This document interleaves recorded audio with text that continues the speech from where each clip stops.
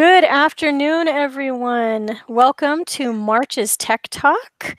It is titled Training from the Back of the Net. My name is Jamie Trujillo, and I will be moderating the webinar today. And your presenter will be the ever so lively Terry Gustafson with a special guest today, but I will let Terry handle that part. So with all of that, before we get started, I'm so sorry. Please make sure to put your name and your program name in the chat if you haven't already. I know a couple of you already have. So if you haven't, please do so. That way you can get credit for watching today's webinar. And if you cannot access the chat for some reason, please feel free to email me at jamie@nmdelt.org and I can give you credit for watching today's presentation. All right, so with that, I will turn it over to Terry.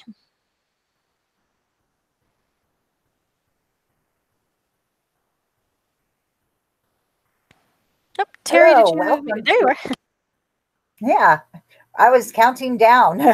Welcome to NMDELT Present from the Back of the Net, presented by me, Terry Gustafson, and moderated by Jamie Trujillo. And we have a special guest today with us live, who is Clash Clifton. Hi, everybody. This presentation brought to you by the 4 C's. Number 1, C, 2, 3, and 4. Connections, concepts, concrete practice, conclusions, and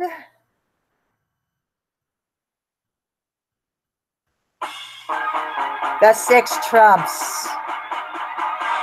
Movement trumps sitting, talking trumps listening, images trump words, writing trumps reading, shorter trumps longer, and different trumps the same.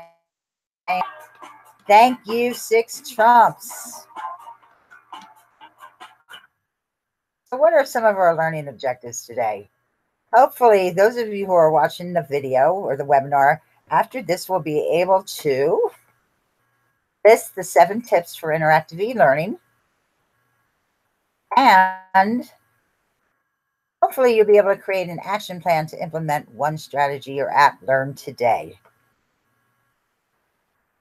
So we're going to take a little bit of a peek into our audience and see who's out there in our audience today. I had sent out a form earlier for some people who have gotten it and filled it out. And it would look like this. It was a Tech Talk forum. And so let's look at some of the responses that we got from our audience. And it should just to bring this up. Coming up to see how many people have had experience with learning, blended learning or distance learning. So here we have, well, let's see, 3 or more had a lot, over 5. And we have 2 for about less than a year, experience for 2, and no experience. So this is pretty even all around. So great. I hope somebody learned something today. Okay, with that form I sent you, there was a little link at the end of it, and it sent you to a note-taking page prior to our webinar. It asked you to do a little bit of work before the webinar. That's called a fast pass. I asked you to take a minute to jot down some names and descriptions of a few interactive e-learning strategies you could have seen or used, and it kind of looked like this, if I believe so. Started like that with a big pencil on it. And so you can scroll down and you'll see there's that box there that hopefully you have already done before the webinar. So jot down some names if you haven't done it already. And we'll go back here. So one important thing is to give people clues when they're online so they know what to do and when to do it. So for this segment, oh, I'm sorry. I'm going to present again. We lost it. Let's get back to the slide that we were on with the cute little cow and present. So those of you who know me well know I love a lot of noise. And so for when it's time to write things down, and my computer's having a little bit of issues, I like to use the cowbell. So anytime that you hear this cowbell, That means it's important. You should write it down. So listen for the cowbell.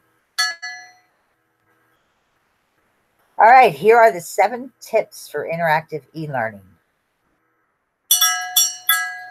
You hear that? That's a clue. Number 1, send out warm-ups with built-in accountability. You want to make sure that accountability is built in with each option so the learners can show you that they've done this. Number 2, create an interesting graphic organizer. Number 3, begin with a fast pass. So how can we do that in an online class or in a blended learning class or interactively? For the first one, the warm-ups. An app called Remind can be really helpful when you're trying to get these kind of activities out. Remind's a free way to instantly text your students from your phone, and you can send reminders, assignments, homeworks, and other kinds of messages. We have Padlet. You can ask your students to maybe print a word or phrase that's associated with the topic that you're going to teach. Padlet, and of course, Poll Everywhere, which is free. You can send out a pre-survey or a poll to your students. For the second one, our second tip, have a nice graphic organizer. Note pages.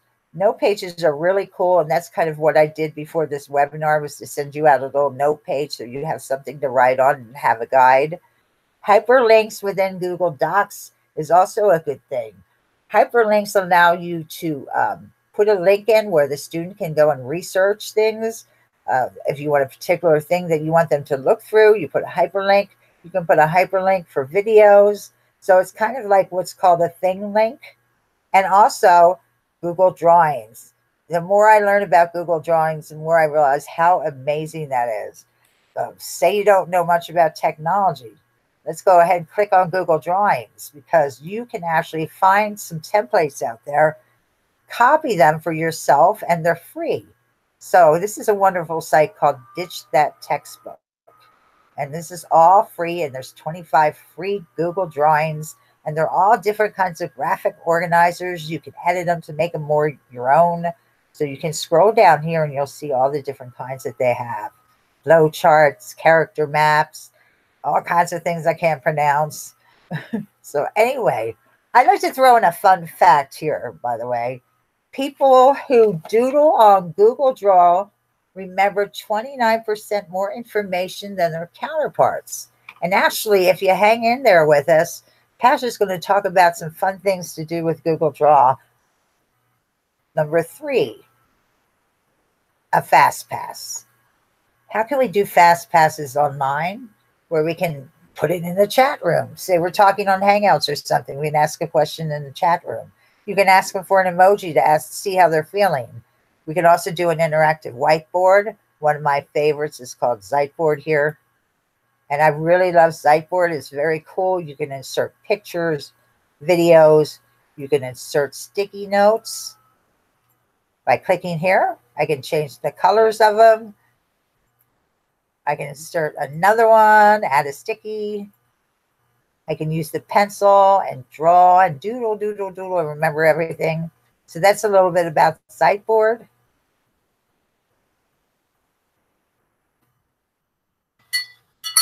Hear that? Cowbell. Cow's coming. Okay, we're on 4, 5, 6, 7 now. So these are the other interactive tips I have for you. Number 4, follow the 10-minute rule. Do you want more info on that? Well, let's look. For those of you who have trouble with time, you can download these really cool timers on YouTube, and they have some for Google too. This actually is a dog one. I'm going to speed it up a little bit so it can make some noise while we're talking. Okay, so break it up is really hard to do. One way to follow the 10-minute rule is to break your lessons up into segments and separate them. So things like YouTube's, you can do a think and write with those. They can watch a video, they can stop, and they can write about it. Or maybe something in the chat room, like a pair share, where you can have 2 of your students sharing and then reporting the results in the chat room. Or you can use Google Docs. They have this really wonderful add-on now, word cloud. Oh, that's our timer. It says to stop. So anyway, our word cloud can be found on Google Docs. You can ask them to put a word related to a topic. and they can go to Google Docs and it'll form a word cloud. Number 5, build in body breaks. Well, body breaks, how do you do that online? That'd be really hard, wouldn't it? Well, actually, they say that, if you tell them to do something, they'll do something. So I will try it. Build in a body break. So, audience out there, this is you. Get up and move. Time to do So the I hope you're up Carlton. and dancing. Doing the Carlton. Yeah, yeah, yeah. I know everybody's out there moving. We're out there moving. I am. I Me hope you get too. some swimming for this. Okay, we're gonna go back. I guess that's enough body break. We have 2 more to go here. We have 6. Use the program's interactive features. I'm really trying to do this now. I made this super interactive. There were so many things that I just didn't have. I couldn't put them all in there in 30 minutes, but here's some different things that you might know that you can use. Whiteboards, chat, hand icons. Try some emojis in the chat. Polling, applause, make some noise, visual signals, shapes. Use your stylus. Draw around and doodle. Fill in the blanks. Provide some links. Record. Take a picture. Take a video. Hang out. Play a game. I thought this was a really neat one. Refrigerator magnets. You need a little bit of stop there and you want to see how your students are doing. You can download this and you can move magnets to make sentences. So you just click on one of these easily. Let me see. I'm clicking easily. And you can drag these words actually over here. Just like that. Anyway, this also, I'm going to provide this template at the end. And you can edit the colors. You can edit the words. You can make it more subject related. So it's very cool. All right, so go back home. We have 1 more. I hope we got that cowbell. We're writing things down here. Lengthen the learning with action plans. Don't you love number 7 here? Let's look at some more information about lengthening the learning. So how do we do that? We've got our little action thing here. Action plans are the learner's written and verbal commitments to use what they have learned. Some examples you can find in Google Draw, actually, that we just looked at. Google Tour Builder. How neat would that be to extend it to have your students do a tour? And we have Googling, which is familiar with, if you've heard of ThingLink, what it is. It provides these like interactive things on a picture. So here's an example one by Eric Curtis. And so you can put a graphic picture here, a graphic art, or one you want to create yourself. And you can put these little hyperlinks in where if they click them, it will send them obviously to a video or to a doc or to an attachment. So that's very cool and that's free. So we have our 7 tips here. Let's see what's next. Oops. We went past, we already did our body break. And coming up we have, okay, we're supposed to link right to the next. Oh, look what time it is. You know what time it is? It's time to cash in. And we have Cash with us live. Isn't that wonderful? Hey! So I'm going to turn it over to Cash now. Thank you, What will Terry. Cash do? Thank you so much, Terry. You're very welcome. Let's see. Jamie, do we have it so that people are able to see my screen? Give me just a second and I will move that over. Fantastic. I'm going to... There we go. We should be able to see your Google screen now. Fantastic. So hello, everybody. Man, I really enjoy Terry's presentations. This is just so artistic and creative. It absolutely blows my mind. The 7 a couple of screens ago really makes me laugh, and apparently that's supposed to make you think of a car's exhaust. Oh yeah. I must confess that's not what came to my mind when I first saw it, but I love this. Nor mine. I'm gonna live it down now. That's absolutely hilarious. So I want to talk to you a little bit about a couple of things people have asked me questions about in the field, And so the first thing we're going to look at today in a little bit more depth is Google Draw. I really liked Terry sharing some information about people who doodle tend to remember things more. And I'm certainly a doodler. I do much better when I'm able to doodle. I'm more likely to remember things. So as we go through this, I'm going to be doing a mini lecture. So this would fall into concept in the 4 C's. And keep in mind, as you adopt a framework like training from the back of the room, lecture doesn't have to go away completely. A little bit of lecture is not a bad thing. You just don't want to overdo the lecture. So today I'm going to be following the 10-minute rule that Terry's been talking about, and I'm going to be sure that I don't sit here and talk for more than 10 minutes. My goal is 7, so we'll see how I do.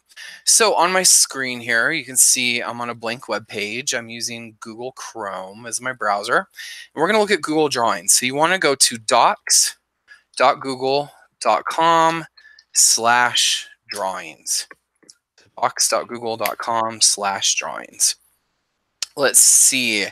And so this is the page where you land on. It works like most things in Google. So it's automatically going to save to your drive. The student's doing this, it's going to save to their drive. Come up here and you can title the drawing. So I'm going to call this, I don't know, Tech Talk 03/06/2019. Hit enter, and now it's saved under that name. As you're naming things, I suggest you think about what will you be searching later if you can't find this. So one thing that can be really challenging with Google Drive, OneDrive, really any kind of cloud service is how do you organize everything? And so I encourage you to really think about what's kind of a naming convention that's going to make things easy to search for. So we are here on the title drawing. Now there's several nice little bitty features here. So here's this line tool. So I click the arrow next to it to bring it down a little bit, and you see I can do a line, an arrow, an elbow connector. I think I'll do a curve. So let's see, I'm going to do a little curve down here. So I click, and then notice how the line's kind of following my mouse. I'm going to click here, but now notice it keeps going and forms this little curve. So it's not going to stop until I connect back to my original starting point. So let's see, let me see if I can draw like a little pair of sunglasses. So I'm going to click there and curve. There's like the nose piece, so I click there, right there, and then I'm going to bring it back to the top here, and notice how it kind of snaps to and connects. I click that, and now I connected it back to the original thing. So that's something really nice you can do there. Notice up here, I can change the fill color. I don't know, it's starting to feel like spring today, so let's call that yellow. And so here I have some options to format that, and then I'm just going to click over here. Now notice, I've got clicking going on the side here. I click, I can't get rid of it, I can't get rid of it. Keep in mind I need to go up here and connect to the original to undo that. Now I'm not real crazy about that. I'm on a Windows computer today, so I'm just going to Control Z and get rid of that. Whatever device you're on, there is going to be some sort of undo button. If you're not sure how to undo, I suggest Google for that. So that was our line tool there. Right here, I can insert shapes. So maybe you want to do arrows, some of those things. There's call outs, equation tools. You can also do, whoops, look, I clicked again. So let me bring that back to the beginning and get rid of it. Right here, this is the text box. So I'm going to look at this. I really like flow charts for Google Drawings. So I'm going to come up here in the text box. Maybe I'm going to say the first text box is C1. So looking at the 4 C's. So C1 in the 4 C's is connection. Okay, great. So there's my text box. I'm going to click here again, come down and do the second C. So C2. There is concept. And again, that's what we're doing right now is a concept lecture. Click there. Oh no, I didn't line those up very well. So notice if I click on concept again, it brings up the text box I worked in. I come up here and I can drag it and see that nice little red line that popped up there. That's Google Drawings showing me how I can line things up. So right there, that looks a lot better and lined up to me. If I click on that, I can resize it. If I right click on it, that brings up additional options. If you're on a mobile device, hold down your finger and it'll bring up a very similar menu. So there's some things we can do there. And you know, I think I want to make a flow chart. So I'm going to come in here and I'm going to insert a shape. So I'm going to insert an arrow to show that one flows to the other. and I can decide how big or small I want it. So I want it to look there. Right there, it's trying to line it up at the top of the text box, give me that symmetry. And once again, I can click on it if I want to move it around and manipulate it there. And see there, it's trying to give me guidelines and help me out a little bit. So those are kind of the basic functions of Google Draw. Right here, you can also search for an image. So I click the arrow. I could upload something from my computer, or I could search the web. So I don't know, let's look for my hometown, see what they have. So I'm going to search for Clovis, New Mexico. I'm going to look for open source. Definitely don't want to infringe on copyright. And you know what? I love that picture of Hillcrest Park. If you've never been to Clovis, Hillcrest is awesome. So I click on it, click insert, and then I wait, and there's Hillcrest. So, and now I can resize it if I want to. I can move it around. So just all kinds of cool things you can do there with Google Draw. And as Terry mentioned, there's also templates available that you can use. Really briefly, another question I've had from the field is how to search Hangout messages. You may have noticed if you're on your phone, there's not necessarily a search bar. You can search Hangout messages, but the only way to do that is to go into Gmail on a computer. So you have to be on a Windows computer or an Apple computer, search up there, and that will search your messages for you. From what I've researched, there's not a way to search Hangouts on a mobile phone. I'm going to keep looking for that. And if anybody does know a way to search Hangouts on their mobile phone, please let me know so I can share it more widely. But as far as I know, Gmail on a computer is going to be your only option for searching Hangouts. So I said I was going to try to stick with 7 minutes. I think that was about 7 minutes right on the dot. How did I do on time? It sure was 7 minutes right on the dot. Great job, Beth. All right. I'll turn it back to you, Terry. Okay. All right. Let me share Terry's screen. There we go. Is shared. You'll see I have a myth or fact game here, and we're going to turn over these cards, and there'll be something underneath them. We'll have to figure out if it's a myth or a fact. That was amazing, Cash. And what's even more amazing is that it automatically saves everything you're doing in the Google Draw. So I also noticed you were talking about citations and copyrights and stuff like that. Google Docs now has a new thing. If you go through their Explore button, and they can cite things for you automatically right into your paper. So it's really cool. Technology is amazing. It is amazing. So let's look at number 1. In the chat box, if you think it's a myth or fact, put M or F. Number 1, learners must remain seated during an e-learning class. Is that a myth or a fact? Time to break out your really quick chat skills right now. We'll give everybody a few seconds to put in your answers. And those of you who are viewing the webinar as a recording, you won't be able to do that, but it's a good idea to try to do it on a piece of paper if you'd like. So, Jamie, I'll wait a second. We'll see if we get any responses. Got a couple. A couple of people say myth. Oh, yep. Looks like that is absolutely the consensus. Everybody is saying that's a myth. What a smart audience, because it is a myth. Learners must remain seated during the e-learning class. No, they have to get up and dance. So let's look at number 2. Google Draw automatically saves all your changes. Is that a myth or a fact?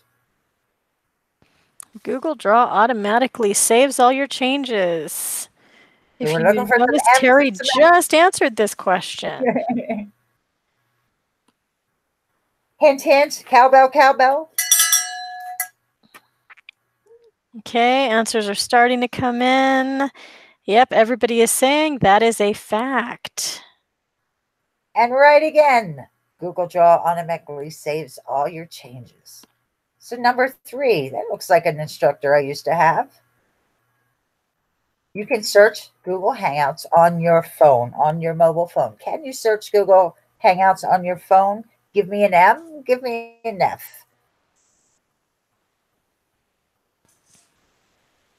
No, now that I think about it, that probably wasn't good. Maybe I should have put something like untrue and fact instead of M and F. People might be able to construe that.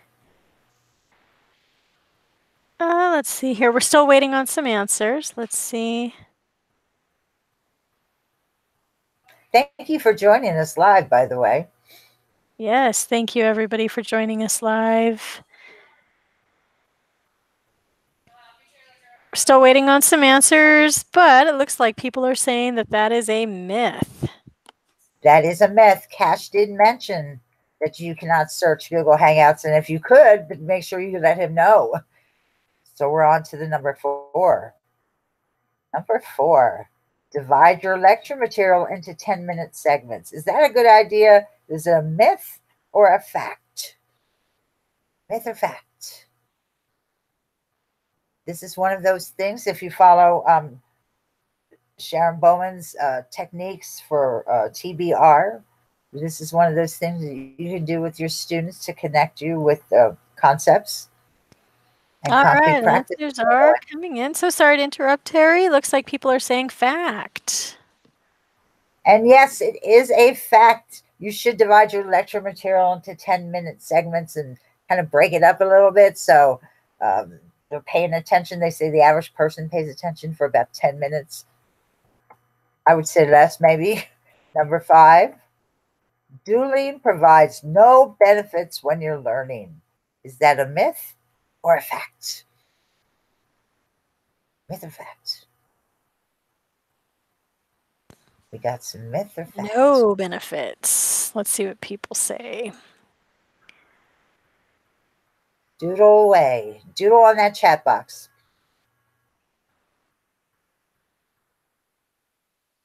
Okay, the answers are now coming in, and people are saying that is a myth. That is entirely correct. It is a myth. Dueling provides a lot of benefits. They help you remember. And number 6, our last myth or fact card is graphic organizers are note-taking tools. Remember what I mentioned in the beginning? That might help you out here. Is that a myth or a fact?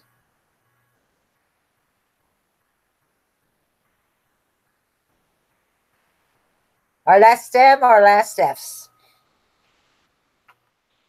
Okay, it looks like the last answers are coming in, and fact. And that is a fact. And you win. I wish I had $1,000 to give all of you. Very good. So this is a good way for students to have fun and learn at the same time. All right, one more little interactive poll. Go ahead on your mobile phone if you are on your mobile phone or on your computer and respond. Just type in that poll everywhere, the POLLEV.com you see on the top of the screen there, /Terry Gustafs 040.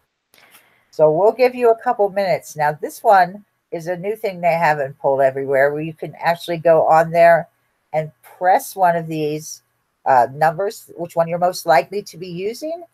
Just go ahead and click on one of those and we'll be able to see some votes going on. I believe you can only vote once, so pick your favorite and the one you're most likely to use. You can only vote once for sure, and I am getting on from my phone right now using my Chrome browser on my phone, so you can definitely do that as well. What a great idea.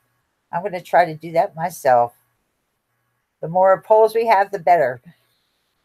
EV.com.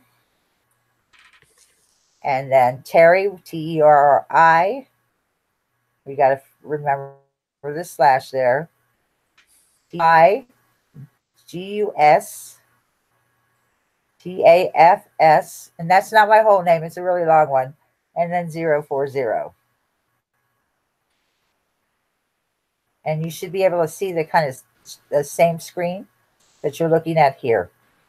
And Jamie, I love that you mentioned you're getting on there with your cell phones. That's a really nice way to engage students, is to try to teach the cell phone as treat the cell phone as a learning tool, rather than something to get in the way of learning. Absolutely. It may be a smaller screen, but it's something that our students are familiar with and comfortable with. I got into it on my phone too. So they say now that the average student is using their cell phone for learning more nowadays anyway. So I'm going to go ahead and pick one myself. And you can see, look, we have little dots showing up. And I put my little dot in there. We got one dot where the follow the 10-minute rule is. We've got 2 dots where build in the body breaks. Well, who doesn't love to dance? And we got 2 dots in the creating an interesting graphic organizer. Whoops, That's somebody changed their mind. oh, oh, okay. Maybe they want to dance with me.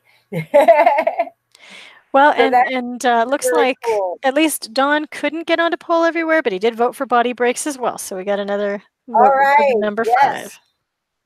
I thought that he would love to dance. So this is a really fun activity to do with your students. It's really quick. They can do this with or without you. Okay, so we're going to wrap it up a little bit and summarize what we did today. We're going to talk about the top takeaways here from this whole webinar. So bring it down and bring it up. Here we have our 4Cs toolbox. So here I'm taking all those apps and strategies, I'm connecting them with the 4Cs that Sharon Bowens talks about. So connections.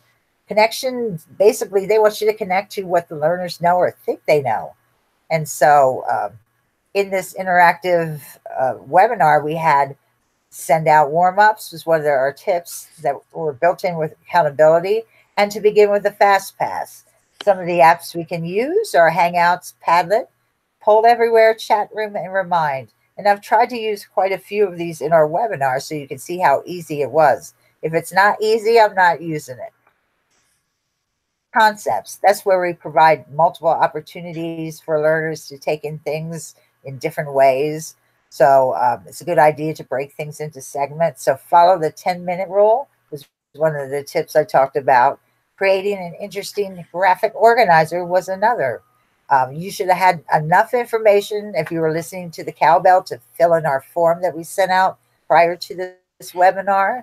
That is a notes page. So using a note page when you're teaching online or blended learning. Google Drawings, download one of those templates. They have all different interesting kind of maps and Google Drawings and flowcharts and things. And your students can take that with them. And while they're watching, they'll know what to write and know what the key points are. And we have docs with hyperlinks, which allows them to go off and research a little bit before the webinar. For the C that counts as concrete practice. This is where we want to provide learners with a variety of learning strategies. So one of our tips was to become familiar with interactive features, just like the one I'm doing here, and to build in those body breaks and make time to dance. We can do that with our myth and fact game. That's a fun activity they can do and still learn. Our interactive whiteboards. We can use math interactives so they can get that drag and drop kind of thing with math. Or we could try that refrigerator magnet.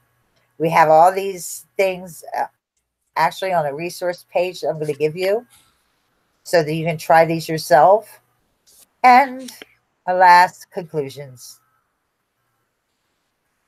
What happens during the conclusion part of it is learners should be summarizing what they learn with written and verbal commitments. So to lengthen the learning plan with follow-up action plans was our last tip. We can do this in the chat room easily. We can do it with graphic organizers that we download. We can start a blog and continue the conversation. Or we can go to Google Tour and we can take a tour and explore. So here's our toolbox of resources. If you had a toolbox, I'd like you to write some of these down. Also with that form, we have an action plan where you can pick the action plan that you want to choose, go ahead and cut it out in the form and tape it to your bulletin board so you don't forget to do it. And please send me an email and let me know how it went. So here's the different things that we are going to share, right, Jamie? We're going to send this out so you guys can just link on these and go right to this site. Absolutely. And we'll make sure they're put on the NM website. Mm-hmm. And this will conclude then our Tech Talk for March. And we hope that you'll join us again. I hope you enjoyed this. Thank you for watching. Thank you, everybody. And if you have any questions, please feel free to either type them in the chat. I can pass them on to Terry, or you can email Terry or myself. If you go to nmdelt.org, you can find the contact information for all of the NMDelt members so that you can contact any of us. Also, please save the date. Yeah. Please save the date for our virtual conference, which will be April 12th. We will be sending out some more information about that very shortly. Thank you all so much. Have a great rest of your afternoon. And it's